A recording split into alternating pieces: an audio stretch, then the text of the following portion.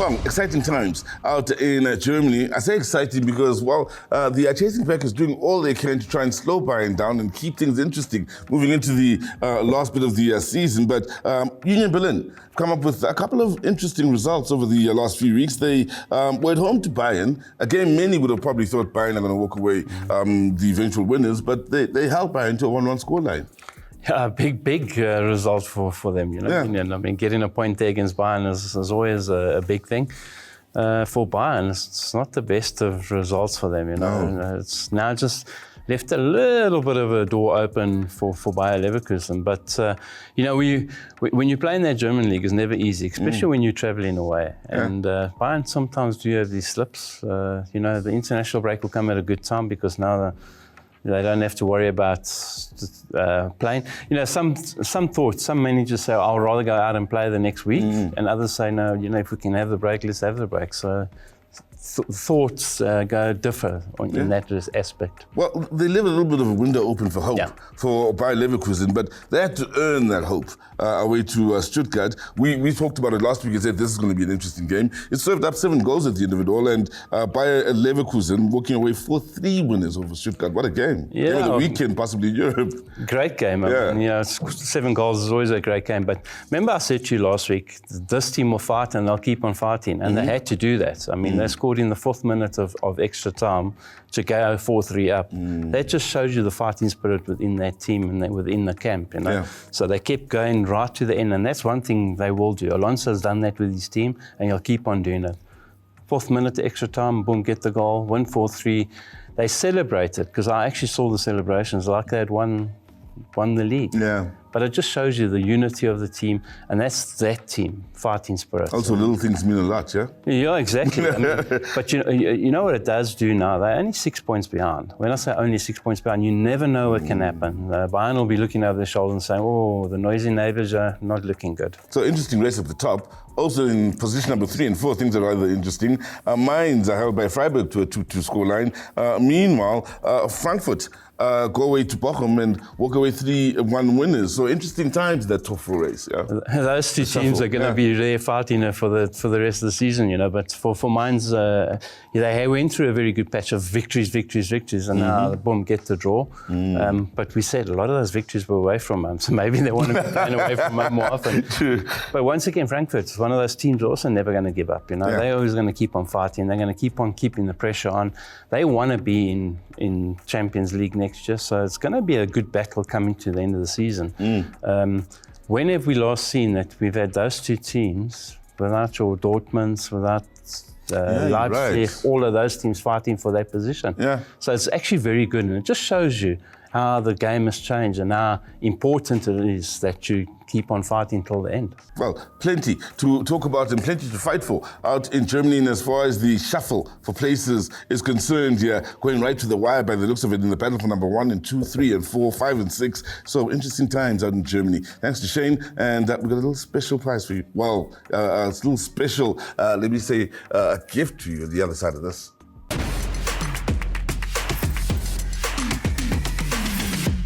So we promised you a special gift, of course, in ending off the show, and there are 2 legends over the years in the way of broadcasting here in South Africa, and of course with the SABC. One is the legendary Zulu commentator Joe Hudla. On his radio show, he hosted another legend, of course, and that, of course, is Robert Marawa, for the first time in 12 years, speaking to Joe Hudla. And when the 2 legends got together for a sit-down and a chat, this is what came out of it.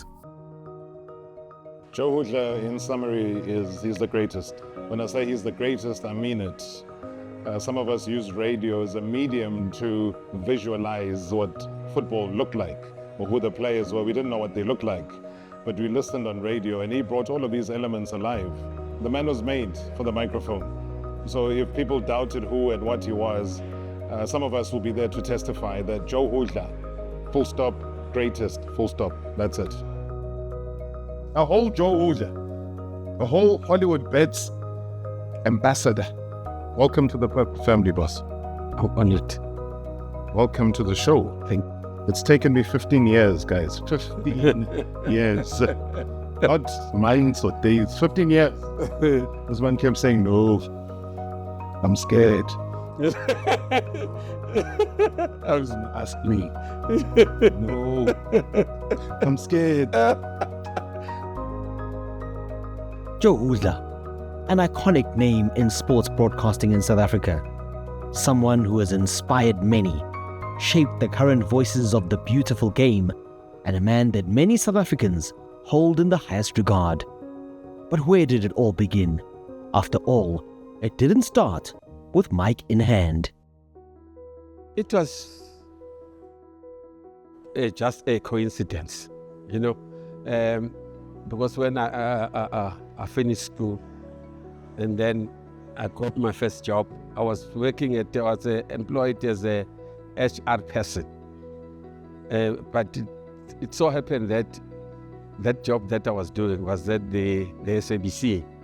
So one day in 1983, that was about, I can't remember whether it was April or May, a producer came to my office to report that the commentator that they were waiting for to come and do a recording for a sports show for the night, and he had not turned up. Then I said, guys, what are you gonna do? They said, we don't know because it's late. We can't get someone else now to come from home. I said, okay, let me try. They said, can you? I said, let me try. And then it was an European Cup final match.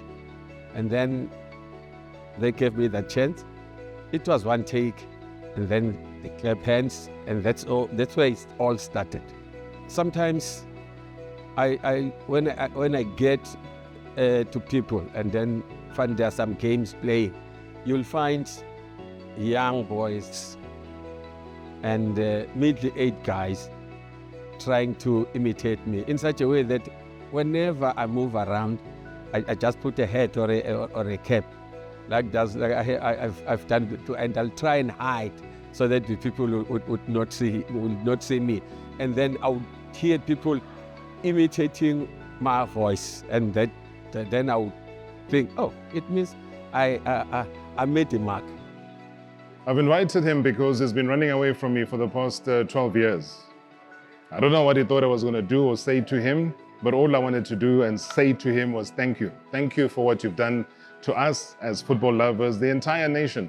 It didn't matter whether people spoke Kiswati, Zulu, Xhosa, Sepedi, Chivenda, it didn't matter, even Afrikaans. The fact that Joe would translate football with the energy and the passion to people to visualize the game made sense. He's an institution because, you know, when you've worked, and he's also admired the Teta Masumbukas of this world, the Kwas Katebes of this world, even Bob Mangete of this world, then you know that he's in the same field as people that really transcended football. I mean, those are big names in the world of commentary. And if I can still today tune in and listen to commentary in the UK, and the voice of Martin Tyler is there so many years later, I'm sure Martin Tyler is even older than Joe Hudla, then why not him? I'm just happy. Not only I'm just happy, I'm happy he's also part of the Purple family. He's part of the Hollywood Bets family right now. He deserves to be there. And I've never seen him so happy. He's like a little kid now, he's like a teenager. Why? Because one little career move and recognition makes a big difference.